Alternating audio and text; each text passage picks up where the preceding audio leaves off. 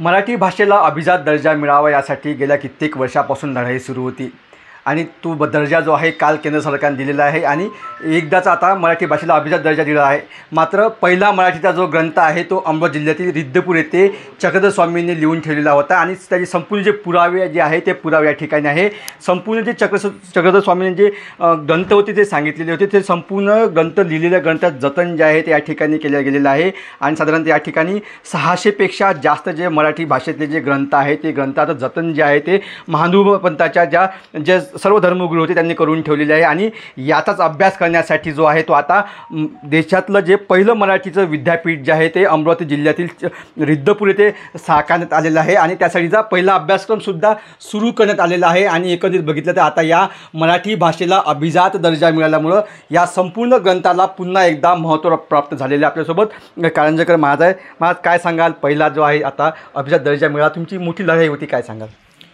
मराठी भाषेला खऱ्या अर्थानं काल केंद्र सरकारने अभिजात भाषेचा दर्जा दिला, त्याबद्दल भारताचे पंतप्रधान आदरणीय मोदी साहेब, सगळं मंत्रिमंडळ सातत्यानं आम्ही ज्यांच्याकडे मागणी केली ते खऱ्या अर्थानं या महाराष्ट्राचे मुख्यमंत्री आदरणीय देवेंद्रजी फडणवीस साहेब यांच्या काळात या मागणीने खऱ्या अर्थानं जोर धरला आणि मग त्यानंतर आताचे जे मुख्यमंत्री आहे एकनाथ शिंदे साहेब यांनीही ती लावून धरली आणि त्यामुळेच खऱ्या अर्थानं आम्हा सर्व मराठी भाषिकांना म्हणजे महाराष्ट्रातल्या 12 कोटी जनतेला खऱ्या अर्थानं हा सुवर्ण दिवस खऱ्या अर्थानं मराठीसाठी आम्हाला बघायला मिळाला।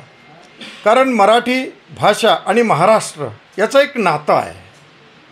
सर्वज्ञ श्री चक्रधर स्वामींनी 800 वर्षापूर्वी ज्यावेळेस परिभ्रमण केलं या महाराष्ट्राचं आणि त्यावेळेस स्वामींनी साधकांना सांगितलेलं होतं की आपण महाराष्ट्रीय असावे, महाराष्ट्रातच राहा, इथली हवा शुद्ध आहे, इथलं पाणी शुद्ध आहे, इथले विचार शुद्ध आहे, इथली माणसं चांगली आहेत। ही सगळी बाजू त्यावेळेस महाराष्ट्राची खऱ्या अर्थानं भक्तजनांसमोर सर्वज्ञ श्री चक्रधर प्रभूंनी त्या ठिकाणी ठेवली आणि म्हणून आज भारतभरातला साधक खऱ्या अर्थानं महाराष्ट्रात येतो महानुभाव संप्रदायाचा यांनी या ठिकाणी खऱ्या अर्थानं या सर्व ग्रंथांचं तो या ठिकाणी अध्ययन करतो। आपण जर बघितलं तर महानुभाव संप्रदायाच्या साधकांनी 6,500 ग्रंथ हस्तलिखित लिहिलेली आहे, त्यातली 600 ग्रंथ आपण या ठिकाणी पाहतो। तुम्ही रिद्धपूरला गेलात तर गोपीराज ग्रंथसंग्रहालयामध्येही आपल्याला ती ग्रंथ बघायला मिळतील। तुम्ही पुढे गेलात तर त्याहीपेक्षा मराठवाडा विद्यापीठामध्ये डॉक्टर बाबासाहेब आंबेडकर मराठवाडा विद्यापीठामध्ये सुद्धा अनेक ग्रंथ खऱ्या अर्थानं बघायला मिळतात।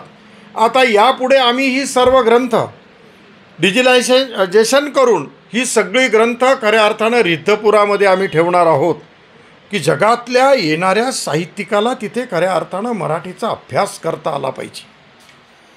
आमचा मराठी जो बांधव आहे तो खऱ्या अर्थानं हे शिकून सशक्त झाला पाहिजे, विचाराने सशक्त झाला पाहिजे। उद्या जर त्याला इंजिनिअरिंग करायची असेल तर त्यांनी मराठीतून करावी, MBBS करायचं असेल तर मराठीतून करावी। एवढी समृद्ध भाषा खऱ्या अर्थानं मराठी आहे आणि तिचं कौतुक खऱ्या अर्थानं जर त्या ठिकाणी आदरणीय या देशाच्या पंतप्रधानांनी खऱ्या अर्थानं काल दर्जा देऊन अभिजात भाषेचा दर्जा देऊन केलं, त्याबद्दल मी सर्वांचं अभिनंदन या ठिकाणी खऱ्या अर्थानं करतो आहे। आता देशातलं आहे ते पहिलं मराठी विद्यापीठ अमरावतीमध्ये सुरू होत आहे, कशा प्रकारचा अभ्यासक्रम राहणार आहे? आता सुरू झालेला किती ॲडमिशन आहेत? आता खऱ्या अर्थानं अभ्यासक्रमाला सुरुवात झालेली आहे। मराठी भाषा विद्यापीठाला पहिले कुलगुरू खऱ्या अर्थानं पुणे इथे वास्तव्याला असणारे डॉक्टर अविनाश आवलगावकर मिळाले आहे। त्यांचं जन्मगाव वरुड जिल्ह्यातील काटी हे त्यांचं गाव आहे आणि म्हणून विद्यापीठाचं कामकाज सर्व सुरू झालेलं आहे। 28 विद्यार्थ्यांनी MA मराठीसाठी ॲडमिशन घेतलेली आहे आणि काही दिवसातच त्या ठिकाणी वर्ग सुरू होणार आहे।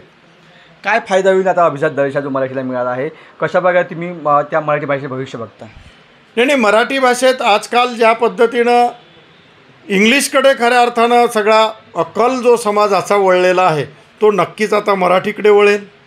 मराठीमध्ये विद्यार्थी खऱ्या अर्थानं अभ्यास करतील, आपली भाषा, त्यातलं असलेलं व्याकरण, त्यातलं असलेलं अनेक शब्द खऱ्या अर्थानं त्या आपल्या विद्यार्थ्यांना अवगत होणार आहेत आणि म्हणून त्यावर त्या पद्धतीनं प्रचंड साहित्यिकांनी महाराष्ट्रातल्या प्रचंड मराठीच्या साहित्यिकांनी काम केलेलं आहे आणि यापुढे विद्यार्थी घडविण्याचं कामसुद्धा मराठी भाषेच्या माध्यमातून होईल एवढं मी या ठिकाणी नक्की तुम्हाला शब्द देतो.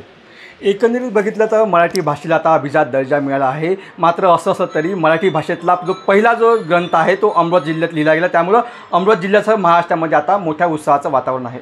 अमर घटाळे, साम TV, अमरावती.